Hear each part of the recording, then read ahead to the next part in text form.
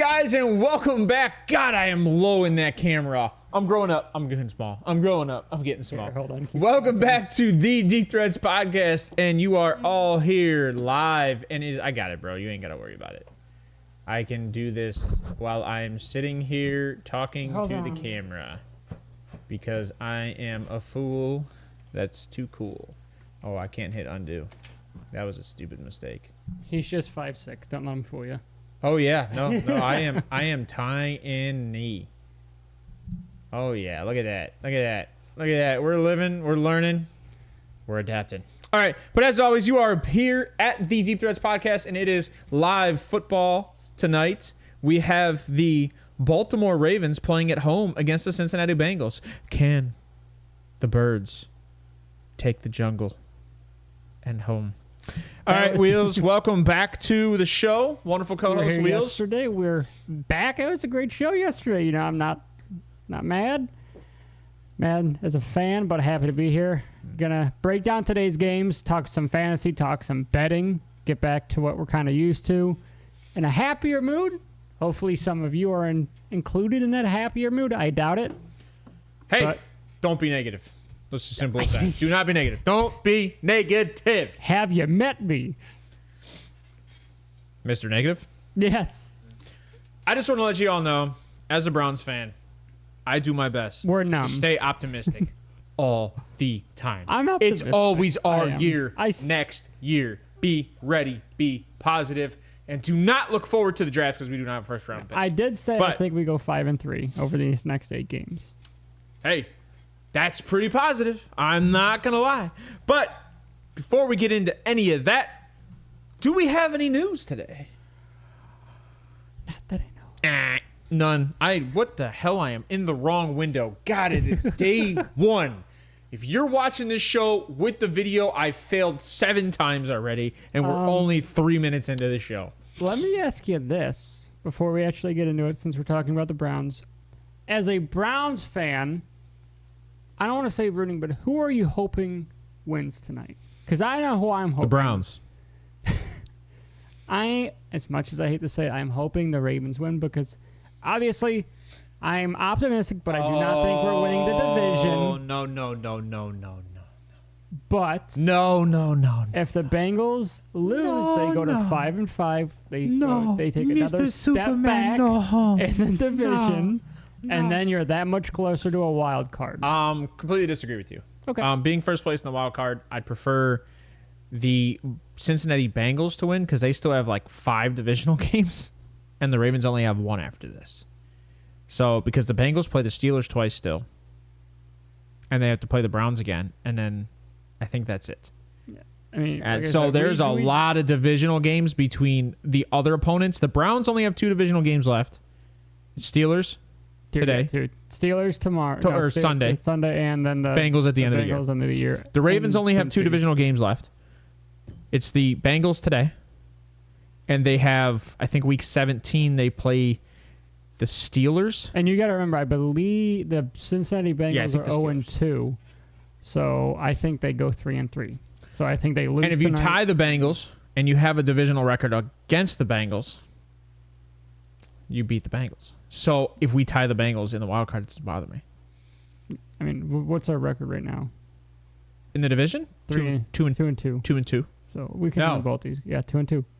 We lost against the Steelers. We lost against the Ravens. We beat the Bengals. We beat the Ravens. So 2-2. Yeah, 2-2. Yeah, because we have the Steelers and the Bengals left. Yeah, so that makes sense. That makes sense. All right. We're a little slow today. It's okay. We're not slow. Just looking forward to Friday. At average pace. Yeah, to get into it today, we have some current injuries for both teams. For the Ravens, you have Marlon Humphrey, their corner, with a calf injury. He's out. He's doubtful. So I don't see if he's playing, I'd be shocked. I do think they need him to play, but I'd be shocked. They lost their right tackle in Ronnie Stanley, or is he left tackle? I know. I don't remember if he's left or right. He's left. Okay, so they lost Ronnie Stanley, their left tackle. He is out. I think that's it. Yes, so that's about That's it. And kind of the most like obvious injuries for them. For the Bengals, you have Hubbard's out. T. Higgins is out. T is out. But you are bringing back Charlie Jones and Andre Iosivas. Andre Iosivas is out, which I don't know if that's too impactful because you still have Tyler Boyd, you still have Trent Irwin. He's maybe a Charlie Jones guy. is good for the kick return. So if Charlie Jones comes back and he plays, that's very good for the kick return because their kick return was phenomenal with him in the game.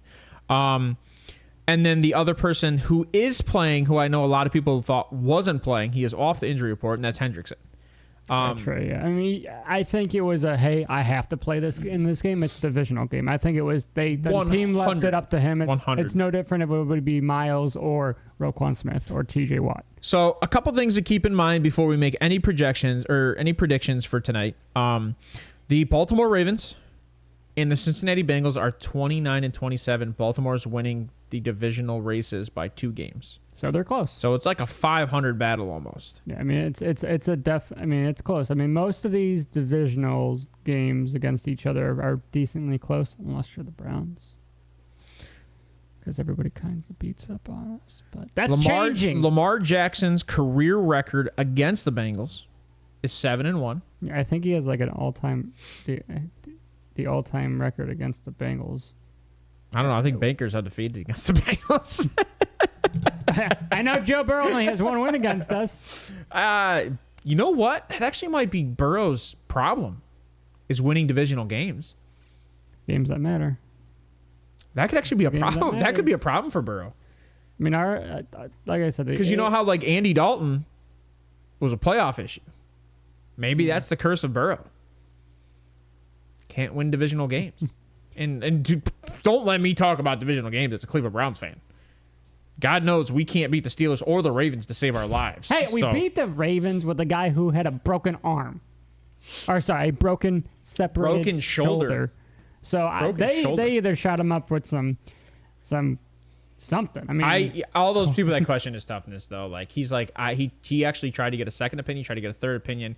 Every doctor told him if he takes one more hit, he's done for his career. You saw in the interview after the news broke, you saw how defeated the guy was. That's why I said I'm rallying behind the guy. There's no sense in my mind that he's not going to come back better next year, and he's going to prove it. And the Deshaun Watson we saw in that second half, Deshaun Watson I know that is the Deshaun Watson we traded for and we're invested in. And he's going to pay that investment back. Yes, he's only played 12 games, but guess what? Between the suspension and the injuries, it's out of his control right now. I'd rather him heal up like everybody wanted Baker to last year, or 2 years ago, I'm sorry, and he didn't. This is going to be a fun game. And I personally, when I look at this game, I'll give you guys some stats. Obviously, this is the matchup, right? There's the records. You guys already kind of know this going into tonight's game. These teams are a lot closer on the offensive side than the record shows. It's actually wrong. It's actually wrong. So here, let me give you the Bengals' offensive production. Okay, so yards per game, the Bengals are averaging 301.7 yards per game. That's actually Browns like yardage without Lamar. Touchdown interception, 14-6 for Joe Burrow. I don't know what the turnover rate is because I'm sure they fumble. Points per game, 20.2. Sacks, Joe Burrow has 22 sacks taken. The team has 22 sacks. So the defense has 22 total sacks also? Yeah. Okay.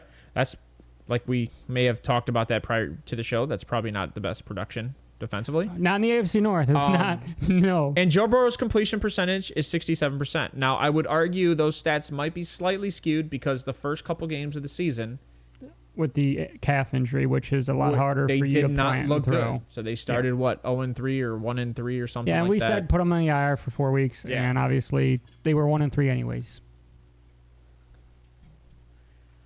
It's gonna be. I agree. So here, let me get you to the Ravens offense, right? So Lamar Jackson, yards per game, 362.7. That's a big difference, right? You're talking 60 yards over what Baltimore's had per game. Or the Cincinnati Bengals, yeah. Yes.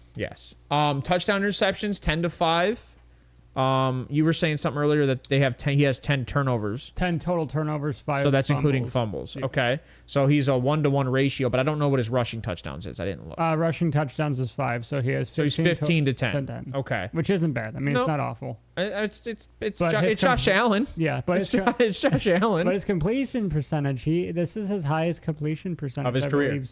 Of his career. So I think college.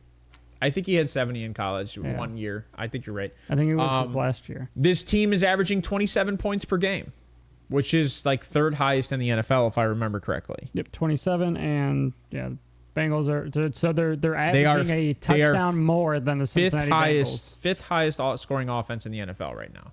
Yeah. And like you said, completion percentage. Oh, and sacks, 24 sacks. So Lamar Jackson has taken 24 sacks. Now this would probably be, I think, paths would be the same thing for the Browns did.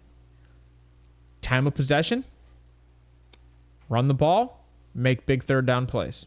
Now with Marlon Humphrey not there, you can get away with throwing the ball a lot more in this game. You can stretch the field a little bit more. Yes. So going into that, let's talk turnovers real quick. The Ravens are a +1 in the turnover category, which is 15th in the league. And the Bengals are +10 in the turnover category, which is first.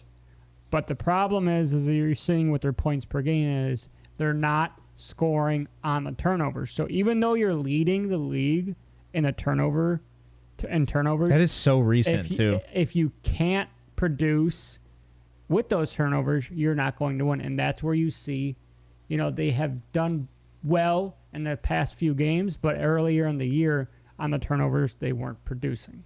So that's a thing they're going to have to change if they're going to want to make a wild card game, possibly win the division. Because if you're not scoring points off turnovers, you're not competing, and you're not, you're not going to compete with the defenses in the AFC North because you're going against, like you said, the Ravens twice, the Browns twice, the Steelers twice. It's just not going to work. That's funny.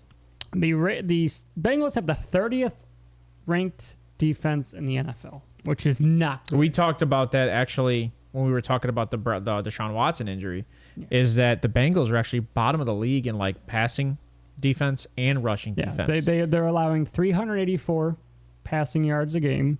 384 total yards a game, 247.8 passing, and 136.2 rushing, and allowing 21 points per game. Actually, you're wrong. They have 23 sacks. They have one more sack than what Joe Burrow got sacked. I'm sorry. My bad. And then on the Baltimore side, they are second best in the league with giving up 273 total yards a game, 173 passing, and 105 rushing. Second best in the league. I wonder who's in first. The Browns. And then let's go said offense. So the offense for the Bengals, they are averaging 74.8, let's call it 75 rushing yards per game. That is not good. No, so the offense is middle of the pack. Like I said, they're 24th in offense, 30th in defense. Here's how productive they are offensively, right? So, like, if you're looking points per game, they're just as good as Chicago. If you're looking at yards per game, let's give a comparison. They're just as good as Arizona and Denver. If you're looking at rushing yards per game, they're just as good as them. They are the Vikings probably too, right? No, they are the worst in the league really at rushing yards per game, 74.8. So the way to beat the Ravens is to run the ball. That's what I'm saying. And you can't run the ball, right? You can't run the ball. No, and I don't know if it's they can't run or they're just not allowing, because Joe Mixon he's productive. Oh, and their defense gives up a 90 QBR. Yeah. Which is not, I mean, it's middle of the pack. Yeah. So, like I said, they're 24th in offense, 30th in defense, and first in turnovers. So if you add all those up, obviously you divide by 3, they're 18.3 overall. Then you go to Baltimore, 9th offense, 2nd defense, 15th in turnover. They're 8.6 overall, so let's call it 9. So the Bengals are about, like we said, middle of the road overall for that team, which, as you see, 5-4 makes sense. Whereas with Baltimore, they're 8.6, 9, 7.3. It 6-4, 7-3. They're close to what they're Their averages. I just looked at If you look at the stats, it makes sense, obviously. Yeah, no, for sure. If you can't run, you're not winning. 5-4. And this is one of those ones where I think if you're looking at the stats, like the Ravens are favored by 3.5 at home. It probably should be more favored by 7. Well, to be honest, points, with everything, I'm like I said, I'll take the Ravens covering all day long. I will. I mean, you're without T. Higgins. The only issue is you're you're underestimating the value of a divisional game. I'm not on that. I think you are. I think the Ravens you are pissed. The Ravens are pissed. I do think the Ravens. This is a bounce back game, and I think. But here's my issue, and this is a big issue for me, is if you don't let Lamar Jackson run some, you're not winning this game. Oh no, because if you look at Lamar Jackson's deep ball with Zay Flowers this last week, he struggled on hitting that deep over top pass. And this is a game where he's going to. And we argued that the secondary for the Bengals is better than it is about. It's equivalent to the Atlanta Falcons. I would say it's better than projected, to be honest with you. It's nowhere near. It's not even the same stratosphere as the Browns, let's be honest. But they are. That's not fair. It's like nothing is. Dude, the QBR, I was looking at the Browns QBR allowed, their defense. I keep going back to the Browns. Dude, no, I don't know what stat I was looking at. It just disappeared, though. Like, it was disgusting. Team defense QBR, 72.7 QBR allowed. Ravens are 70. So, like, it's going to be tough, man. It's going to be tough. If there was a game with I can't remember his name, the offensive coordinator for the Bengals, or not the Bengals. I'm just sorry, an FYI, the Ravens. It was Todd Monken. Todd Monken, yes. If there was ever a game that Todd Monken game planned for Lamar Jackson to run the ball, it's going to be this game against. It needs to be this game. It needs to be this game because those linebackers they're not even there. They're not just going to keep up with them. They're not. Here's what I want to see the Ravens this is a Mark Andrews game that I love. Right. Here's what I want to see the Ravens do. I want to see them run a 2 wide receiver set with Mark Andrews either on the right side or in the slot. And I want to see, obviously, probably either Justice or Gus in the backfield. And Keaton Mitchell's going to be in there, too, a little bit. Keaton Mitchell's going to be there specifically for certain downs. But I want to see more Gus in the backfield because he's a better blocker. Yeah, so you're going to see Gus. And I want to see more read options for Lamar.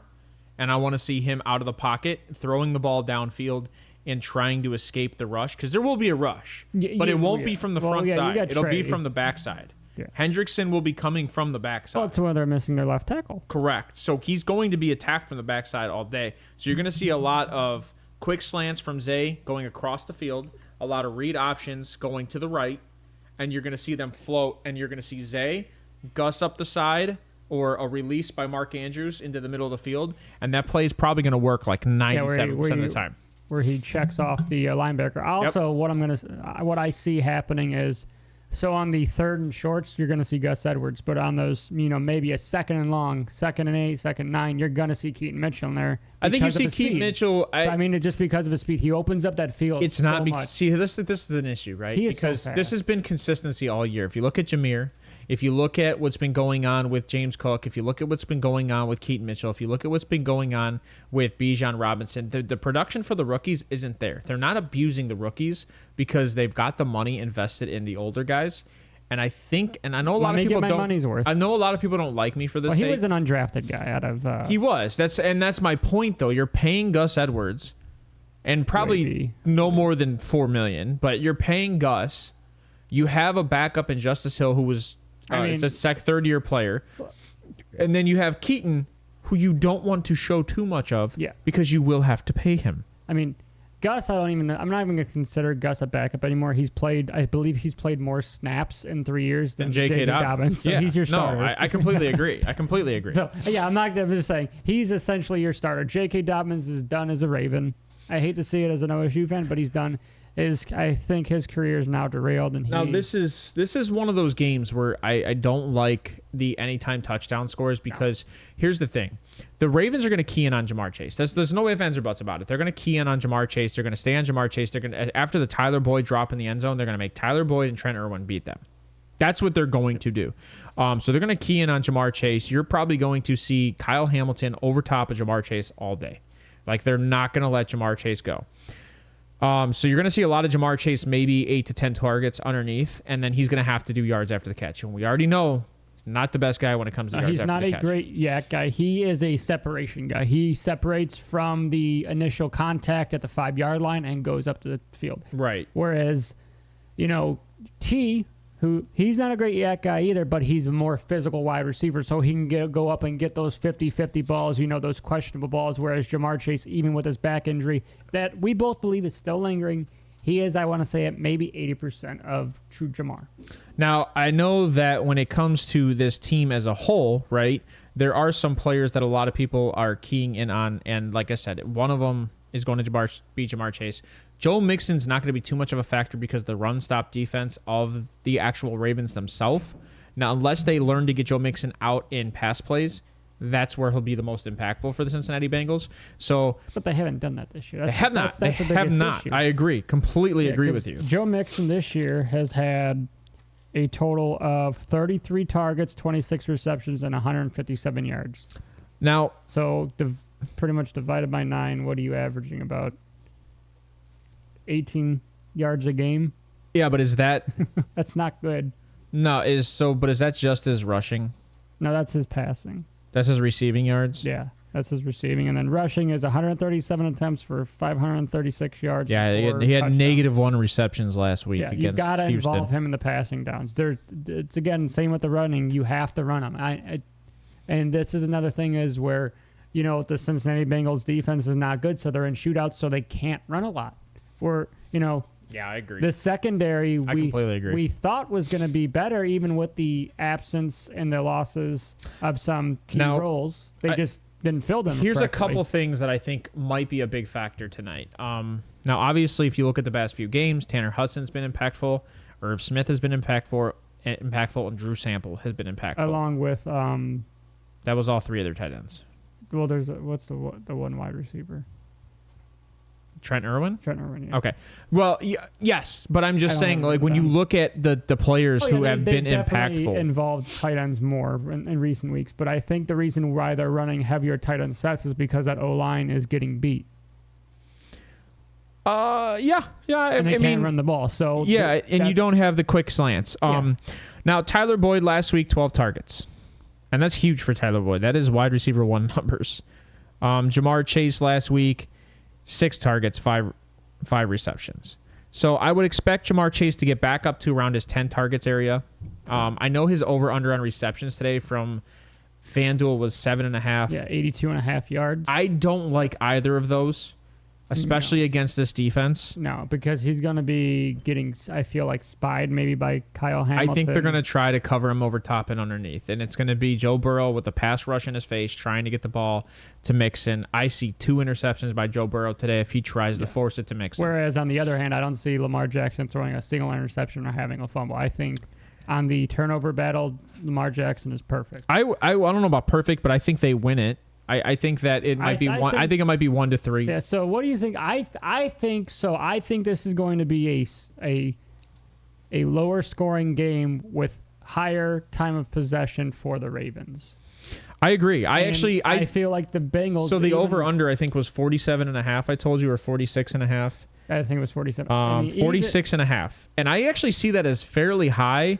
This is not going to be like the Browns game, which I told you was going to be high scoring. Yes, you did. This is going to be, I think, the other way because of the injuries both teams have sustained.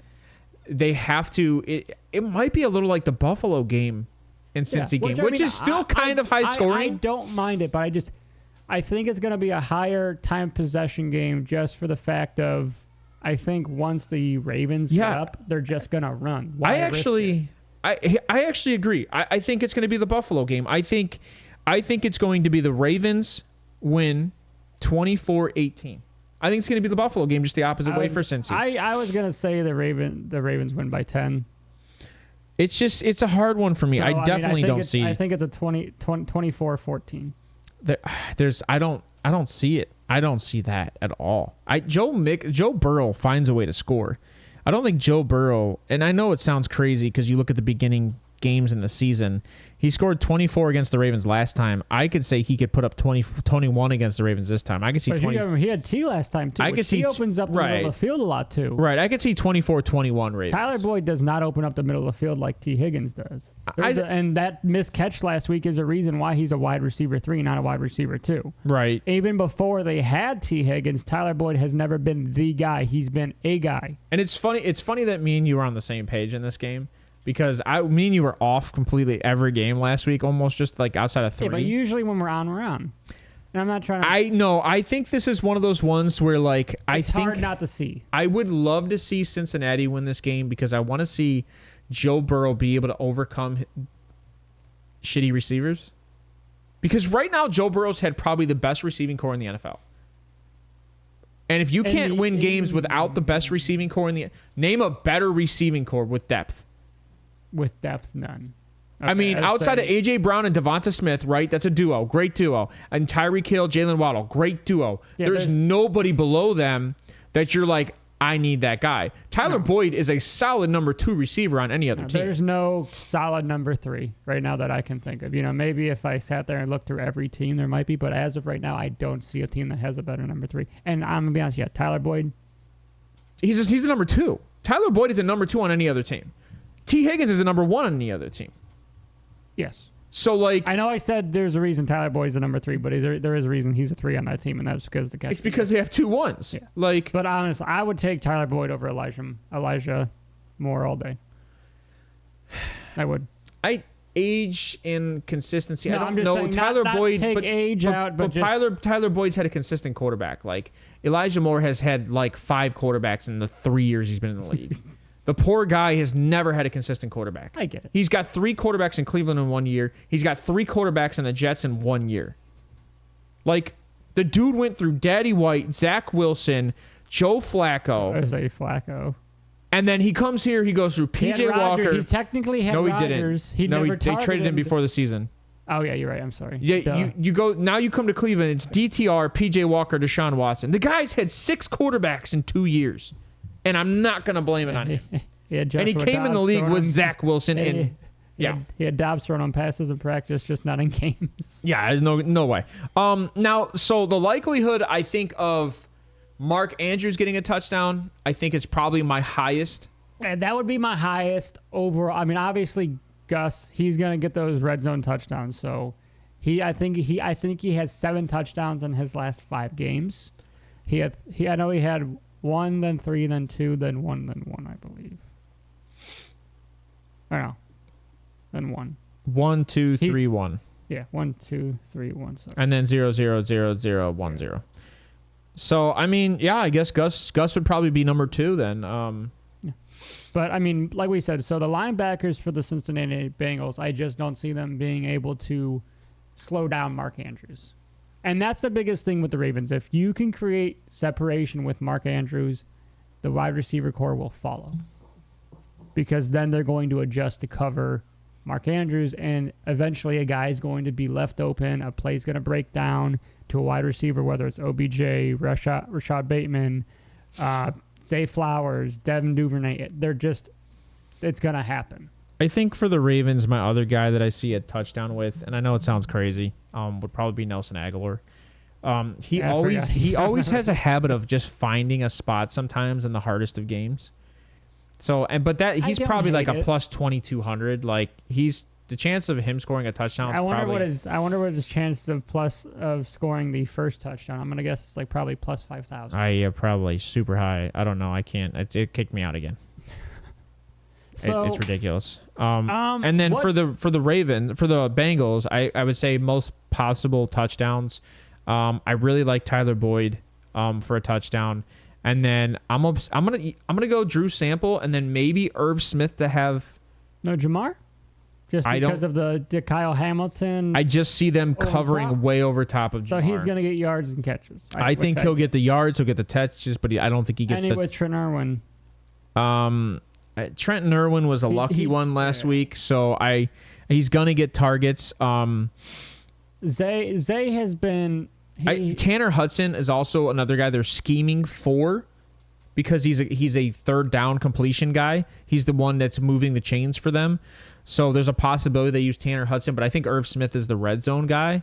Yeah. But to be honest with you, like I like Drew Sample more than I like Irv Smith. So do I. I think because Drew Sample, I believe, has been there longer than Irv Smith. Yeah, because they traded for they traded for Irv. Irv only got one target last week, 4-4.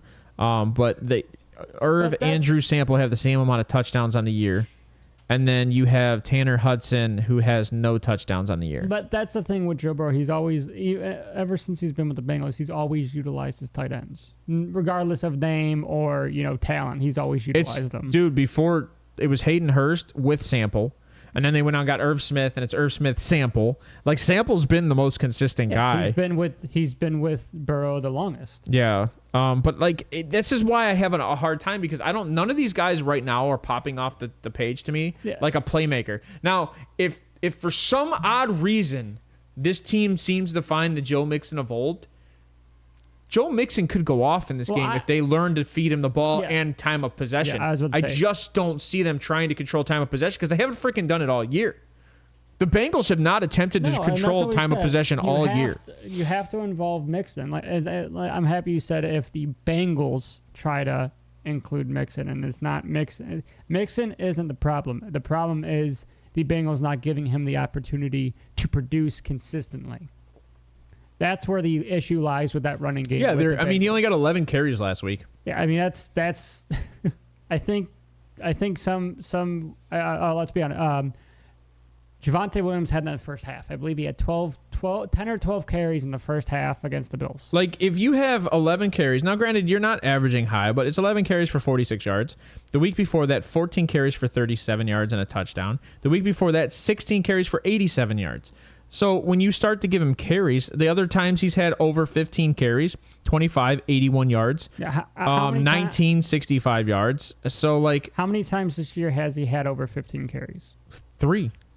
I just named them all. Okay, so 16, 25, and 19. Which is not good.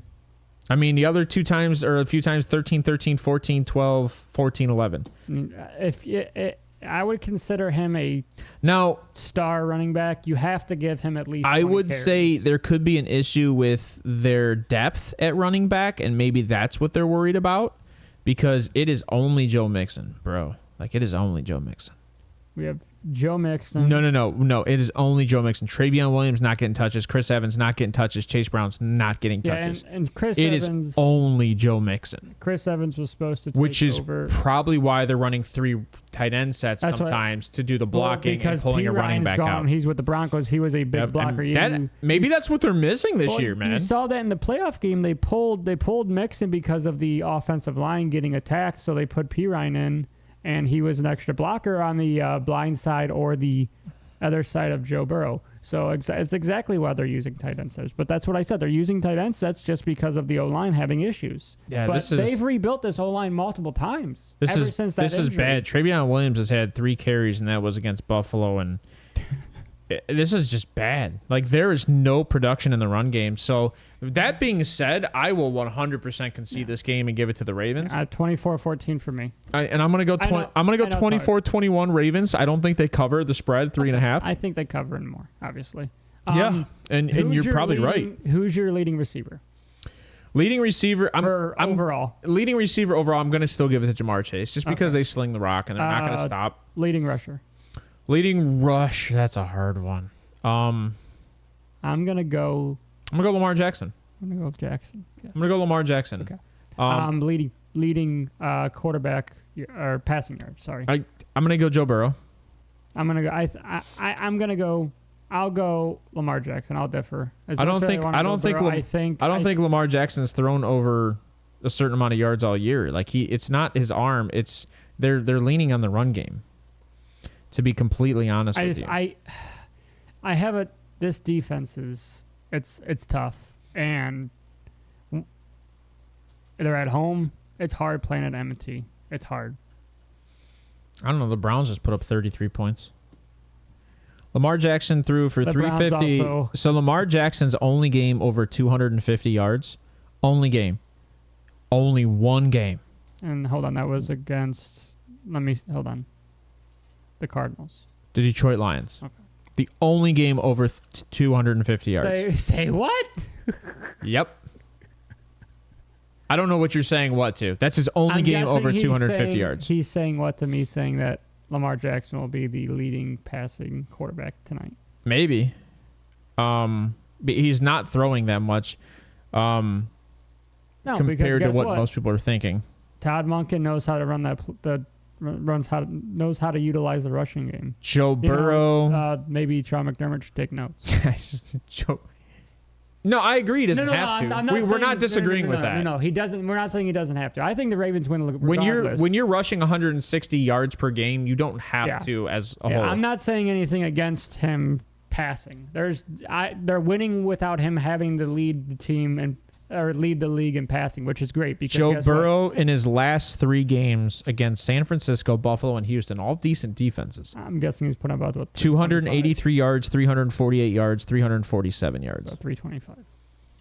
So I would say that Joe Burrow probably will throw for over 300 yards in this game. It's against the Ravens defense, and their secondary's banged up. I mean, maybe 280. Their secondary's banged up. Who's got the better pass rush, San Francisco or the Ravens? The Ravens. You think? I do. Because outside of Trey Hendricks, and I will say you're probably right outside of now. Because they just got chased or Trey. No. Oh. You gotta remember Hubbard. Chase Young. They just got Chase Young, and he's looking good on the opposite side of Nick Bosa. So but Buffalo has a decent pass rush. Houston has a very good pass rush, and they have a very good secondary. I feel like Joe Burrow is going to be running a lot tonight. Joe Burrow's one of those guys that it doesn't matter what you throw at him. His over-under, I'm taking him on his over. His over-under is 11.5 for rushing. I have him over 11.5. So I will take him on his over. I think he gets sacked 4 times tonight. He got sacked 4 times last game. I actually think he's been sacked like 100 times with the Ravens. So like him in the AFC North, Joe Burrow likes to be sitting on the ground. This is a consistency. Oh yeah, you have to blitz Joe. You got to make him move. You have to. You can't let him sit in that pocket because he's going to make. You know why you have to blitz Joe Burrow? Because you're not going to run it. just go out the outside. You can leave the middle wide open. Keep one linebacker hold, and he's going to have to run it. And the Baltimore or the Cincinnati Bengals are going to have to be opposite. I feel like they're going to have to play. I think if the Ravens are smart, by the way, they just run the ball. The Ravens, yeah, just run the ball. It's all they've done all year. You've seen. I mean, you studied yourself with the passing yards. Yeah, but it's a weird. And I'm not taking anything from Lamar. Lamar has been solid. Lamar is a great, as of right now, he most completions, 70 or highest completion percentage in the NFL, I believe, right now with 70.3% or 70.3 or 70.2. I think it was the highest completion percentage. He's playing great. There's no doubt about that. But the people that are saying that Lamar can't throw downfield, he does. They're winning with it, so it doesn't matter. Guess what? You don't have to throw 300 yards a game to win. They're 7-3 for a reason. But are they? Yes, they are. I can't find his complete. I hate this app because you can't do completion percentage. Hold on, I had it written down. Well, I don't know if he's the highest. I know that he was the highest percent. It was 70.3%. But I know he was the highest percentage because he was at 72 before the Browns game. And he had 2 interceptions too. Yeah. So I know he dropped a little bit, but I wasn't sure if he's still the highest. The pick six, because I know Josh Allen was right behind him. Josh Allen was at 71%. So like, and all the criticism might be at 60. All the criticism that Josh Allen's gotten, he's still playing very well. He's just turning the ball over, and that goes for saying that's Josh Allen. That's what people don't realize. That is Josh Allen. I saw this meme the other day. Josh Allen takes off his mask and it's Phillip Rivers. He's a gunslinger. I hate that now. He's better than Phillip Rivers. Actually, I compared his stats with Peyton Manning, and Peyton didn't turn the ball over that much outside of his rookie year. Oh no, he did. Outside of his rookie year. No, he did. He had like 110 turnovers in 6 years. Yeah, but he had like 400 touchdowns. 162, I believe. Look it up. That's the beginning of his career. But if you go over his whole career, well, no, I'm saying first 6 years I compared. You compared 6 front. Okay, so 4 and 4. I got you. Yeah, that makes sense. But that's what I'm saying. There's people saying that, and he has gotten progressively better every year. No, same with Lamar. Like Lamar's turnover rate right now, he's gotten better. Well, this is the thing with the national media. That there's always a new quarterback they hate on every year. Last year it was Lamar Jackson. I think it was Deshaun Watson. It's Deshaun Watson last year. We'll say Deshaun Watson and Lamar Jackson. And I would say the most hated quarterback last year outside of Deshaun Watson would have been Daniel Jones. And the then media hated Daniel Jones. And then again, this offseason, the most hated quarterback would be, I would have to say, Jackson and Rodgers. And then this season, it's Josh Allen. Yeah. I mean, so anything else you like in this game? Like, what? Give me something in this game that you think is going to happen no matter what. The Ravens are going to win no matter what. No, a prop. Give me a prop. I think both teams get a first down. You think they each score in every quarter? No. I think the Ravens score. Well, I had 24, right? So I think the Ravens score 10 in the first quarter, 7 in the second quarter, and then in the third, and another 7 in the fourth quarter. Okay. And I think the Bengals score 7 in the second quarter and 7 in the third quarter, and that's it. Wow. So you think the Ravens hold them to 0 score In the first, and the fourth? Yes. Wow. And it's funny because I actually But like. You know who I do like in today's game? The Ravens are a better first half defense. I love McPherson and Tucker in tonight's games. Oh, it's. This is definitely field goal games in my mind. I can see 3 to 4 field goals. I can see a field goal every quarter, to be honest with you, because both these teams are capable of punching it, but they're also capable of stopping on third down. That's actually a question. What is the third down? Because this is where the Ravens struggled against the Browns, right? Because the Browns Browns are the best team in the NFL on third down. Third down. So I kind of wonder. Let's go look at defensive stats real quick. Third down percentage. 43 points. The 43 point. Oh, that's worst. Yeah. So essentially to convert on third down, you're essentially going to convert on third down 50% of the time against the Ravens or against the Bengals. So that's going to be tough for. That's going to be tough for them to go into that Baltimore game when essentially Baltimore, it's 1-3. So if the Bengals cannot convert on third down, that's going to be a struggle. Let's look at the Bengals offensive. 1-3. 1-3, they convert on third down. That's not a good matchup. 33%. Yep. But it's just funny. You ready? The Ravens are just under the 50-50 in conversion on third down.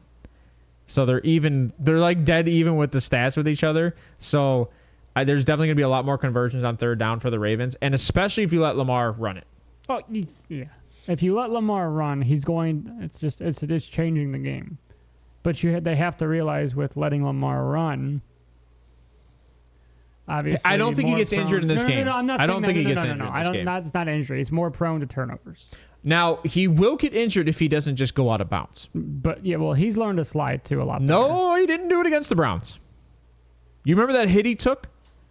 Instead of stepping out of bounds, he tried to drop his shoulder and go upfield, and he got blown up, and everybody was pissed about it. Like, don't do that. Just go out of bounds, man. Don't take the unnecessary hit. That's how you have a separated shoulder. Don't take the unnecessary hit.